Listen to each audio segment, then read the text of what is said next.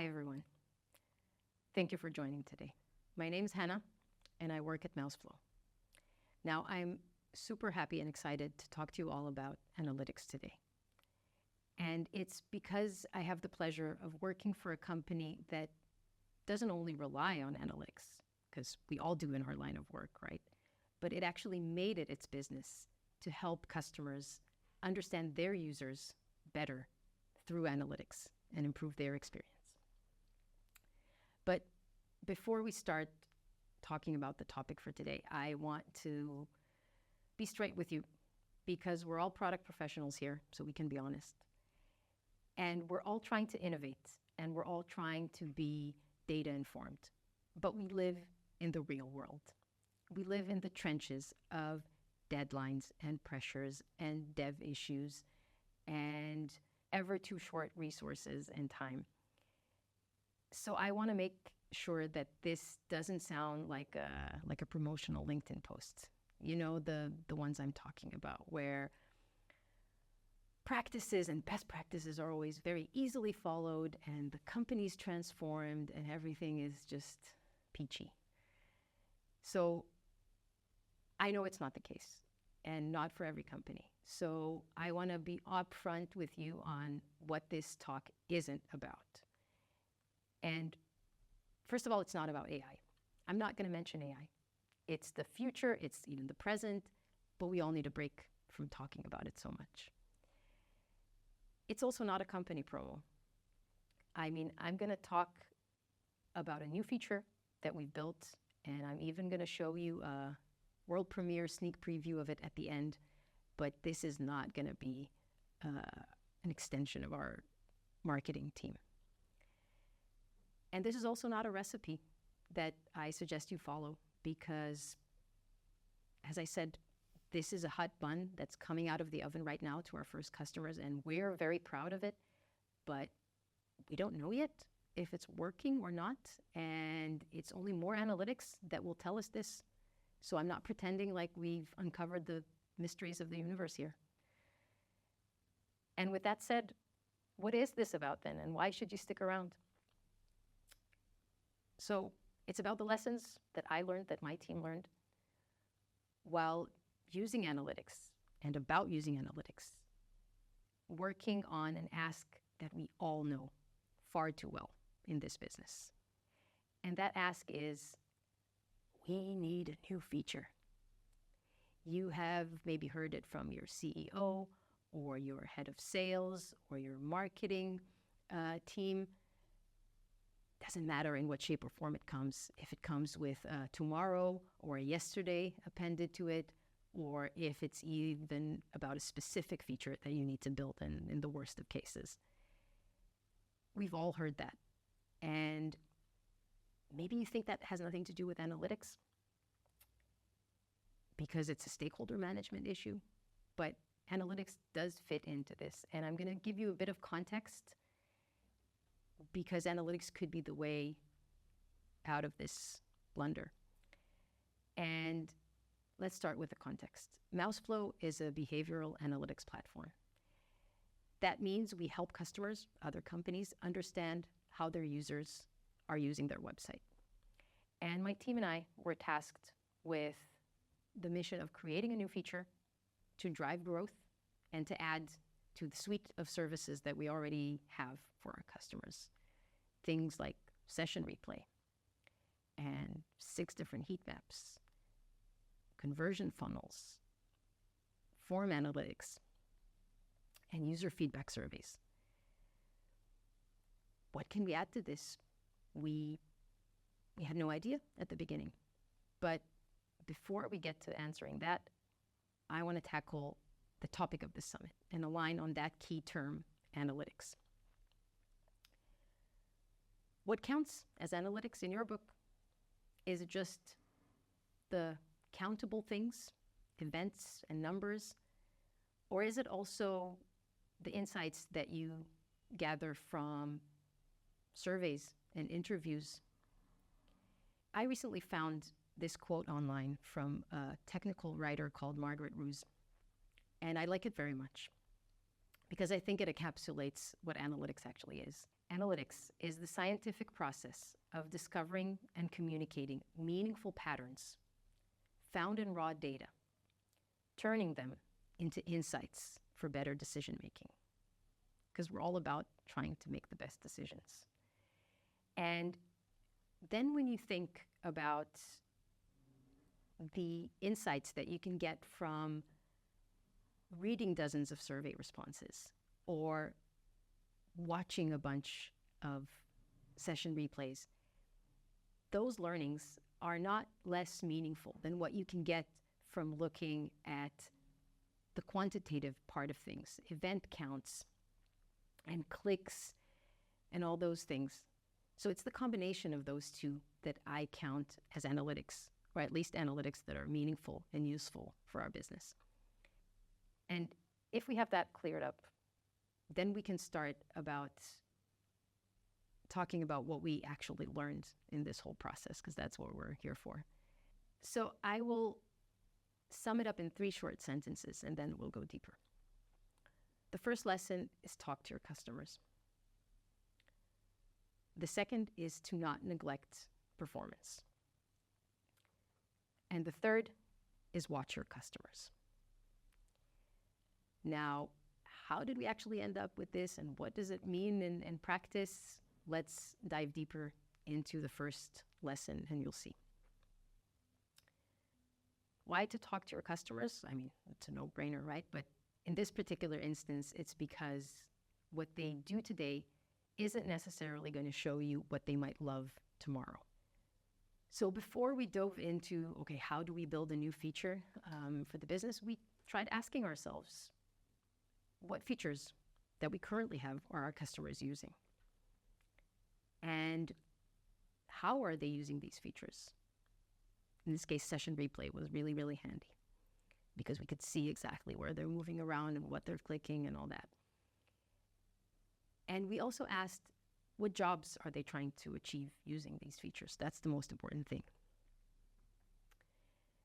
And we found what we thought were some interesting insights. We saw that our customers, for example, used funnels a lot, and they applied the funnel reports to different segments. They were trying to see which groups performed better and went to session recordings to see what happened in those instances where the funnel wasn't completed. Obviously, you want to know what went wrong and are usually far less interested in the successful path.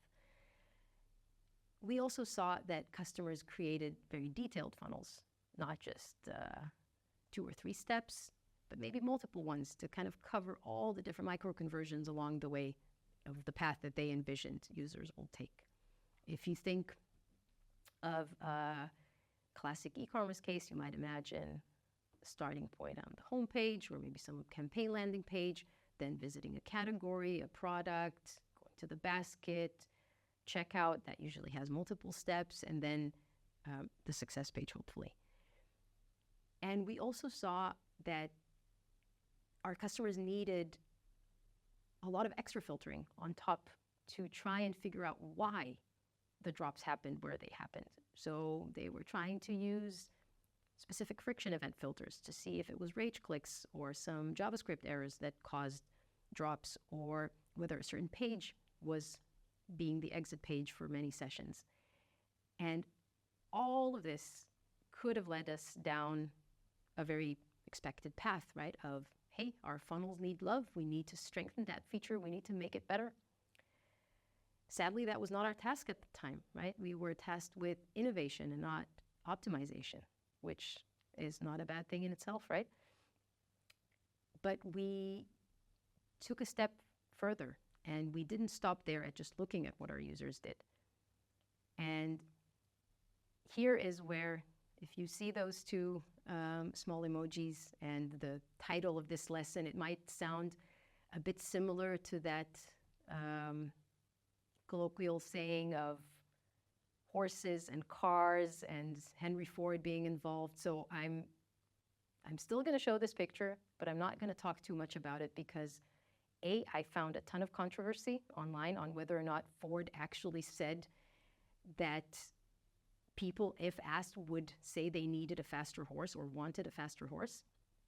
but also because I do believe that you need to talk to your customers, because you don't want something that looks like that GIF over there. So it was actually that we talked to our customers that uncovered the kind of questions that they had when using our product, the stuff that they were trying to get answered. And those were questions like, where do my users go after they visit a certain page? What alternative paths are users taking to the ones alternative to the one that I designed for them? Where do users get to a certain page from? And where are we losing most of our users? That's usually the biggest question of them all. And it was exactly this qualitative analysis that we did that uncovered that there is a deeper need, something that if we manage to meet, users might love even more than just better funnels. And that's the need to understand how their users are exploring their website. And that was really good to uncover, because now we had a new kind of conclusion and direction in mind, right? Which is that we need to show our customers the journeys that their users are going through on the website. And I bet that by this point, you can imagine or you can guess how we named this feature. I'm not even going to say it. I think you got it. And this, with the magic of slides and jumping forward a few steps, is going to take us to the next lesson that we learned. And that lesson is, do not neglect performance metrics, because if you leave that to the last minute, it can really, really backfire. And here's what happened. The product team ideated, wireframed, designed, validated, of course, along the way. And we went as far as creating the epics and even the individual tickets for this. We had it all lined up nicely. But enter performance metrics. That was our big surprise, and I'll tell you why in just a second. We need a POC. Where did that come from? Our engineering team, when getting involved in the project, were very much concerned with how to make this new feature, this new customer experience, performant enough to make sure that it reacts quickly to the user's actions and clicks and shows data very, very fast, that it feels smooth. And they insisted that we build a POC for this, because this was a big endeavor to undertake. And I'm so, so thankful that they did. Because what we found is that while our app was generally very fast, we had storage models that didn't quite fit the kind of data retrieval that we would need to build this kind of feature, this journeys feature. And when I say that the retrieval process was not optimal, that's a convoluted way to say it was slow. It was very slow. When we saw the POC, it was not like, oh, it's taking 2+ seconds to load or something. It was this slow. I hope you all know the reference. If you don't, please ask me later. This resulted in, of course, a big project of making changes to our technology, but it was totally worth it because it gave us a ton of benefits that are side notes to this project, but they made it possible for us to give our customers the user experience that they deserve, to make it fast, to make it responsive. And while this was a very expensive lesson in terms of the product time and the design time that went into this, it could have been 10x more expensive if we had gone and developed the whole thing, only to find at the very end that we don't have the building blocks in place to improve the user experience and the performance metrics. So that was so important to know upfront. So POC, everything. Not everything really, but you get my point. And if we do a quick inventory, where are we at this stage? We used analytics to make sure that we're targeting a problem that's worth solving, that's big enough for the customers and hopefully impactful enough for the business. And we've also overcame the performance issues. So now everything should be perfect, right? Well, not quite. Not quite, because we have lesson number 3. And that is watch your users. Because what they say they'll do is not what they'll actually do.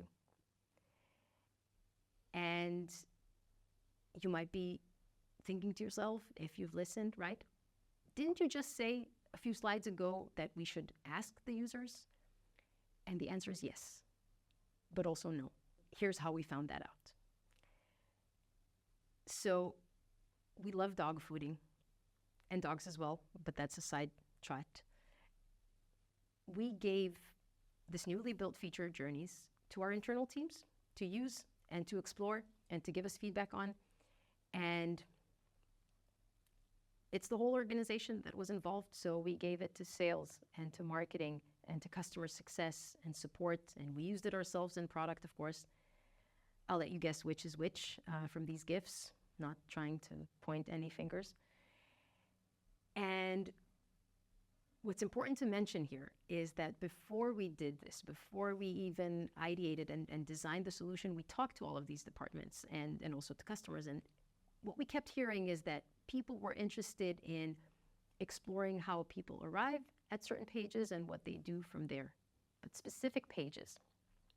So that's what we built. And that was also the pitfall, right?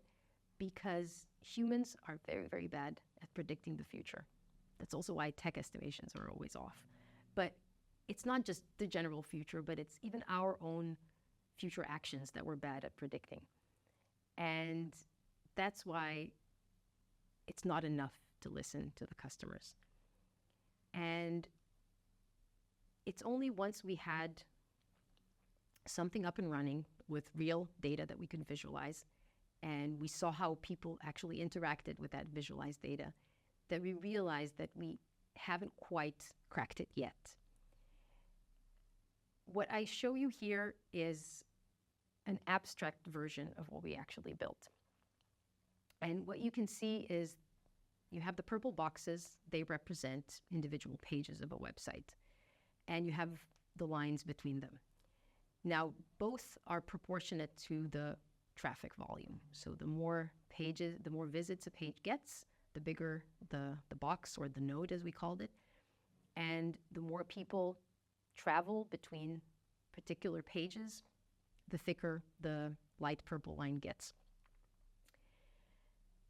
Now, we got users to start off with a certain page that they had in mind, a focus page, and then see, okay, from the users that visited that page, what was their next page? What were the potential next pages that they went to? Some went to page A, some went to page B, and so on and so forth. And then from that page, how did they continue their journey, and allowing users to see a few good steps into the journey. And what we saw is that what looked really nice on Figma, and things usually tend to look great on Figma when you design, is in reality a lot more convoluted, right? You suddenly see something like this. And what I mean by this horrific looking spider web is that we had very small nodes of pages with just maybe a few people going between that page and another specific page. And we saw that our internal teams were struggling to actually make sense of this. And like, okay, yes, this kind of looks nice and I get what it's supposed to do, but how am I making meaningful, actionable insights out of this? Where are the patterns that I was supposed to be able to easily spot? And it was at that point that we realized that we actually have another problem that we haven't solved yet, and that's a way to group data from similar pages. And the reason we needed that is because that's the way to make sure that you can spot patterns. Because if you have each of your individual product pages, and you might have thousands of them, all represented as individual nodes, where in fact it doesn't really matter for your conclusion or analysis process if user visited page product A or product B, then you want to see them together. You just want to understand that someone visited a product page, right? So we needed a way to group data from similar pages. And we went back to the drawing board. I won't bore you with the details. We created this micro feature, this addition to journeys, and we tested it again, of course. And hurrah, we finally arrived at the promised land, or so we think. And now, the big reveal, you might be wondering, okay, how did this all turn out? So a picture is worth 1,000 words, as the cliche goes. And I'm sure that a snappy video should then be worth a lot more. So here goes. User paths are complex, but understanding them shouldn't be. That's why we created MouseFlow Journeys. Visualize every step your customers take on your website with only one click. It's really not just numbers. It's a visual map of your users' journeys. Dive into your users' favorite paths, or maybe not so favorite paths. Focus on what really matters. Group your pages. Filter your users. And turn complex data into actionable insights for your whole team. Start your journey to website success today. Okay, now you've seen this video, world premiere again, as I mentioned, and you probably are asking, but what's the impact? Why is this whole thing been worth it? Or was it even worth it? That's what any good product professional would ask. And the honest answer is, I don't know yet. I don't know yet. This is, like I said at the beginning, a hot bun that we're taking out of the oven and giving to customers as we speak.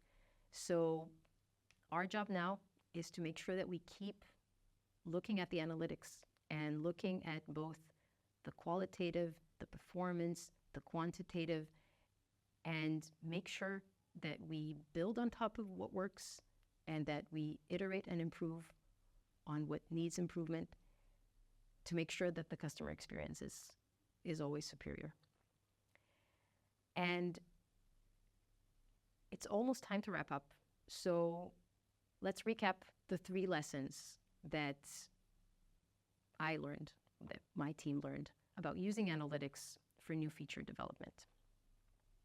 Number 1 is talk to your customers, because what your users do today won't necessarily tell you what they'll love tomorrow. There might be a bigger need, a bigger opportunity there for you to tap into. Don't neglect performance. If you leave it for the last minute, you might not be able to save yourself from disaster. Watch your customers, because what they say they'll do is not what they'll actually do. We all have plans on how we think the usage of our features should look like, but users surprise us every time, and we need to adapt to that. Just to mention here, I fully acknowledge that there's a paradox between the first and the third lesson. And it's exactly why I believe that it's important to combine multiple ways or multiple types of analytics to paint the fullest picture possible so that we drive the best product decisions. They will never be perfect. Everything is flawed by nature. That's why we still have a job, because we still can make things better.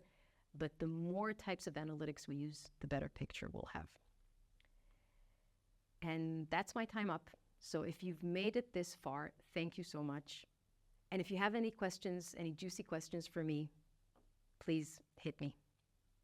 Thank you so much for today.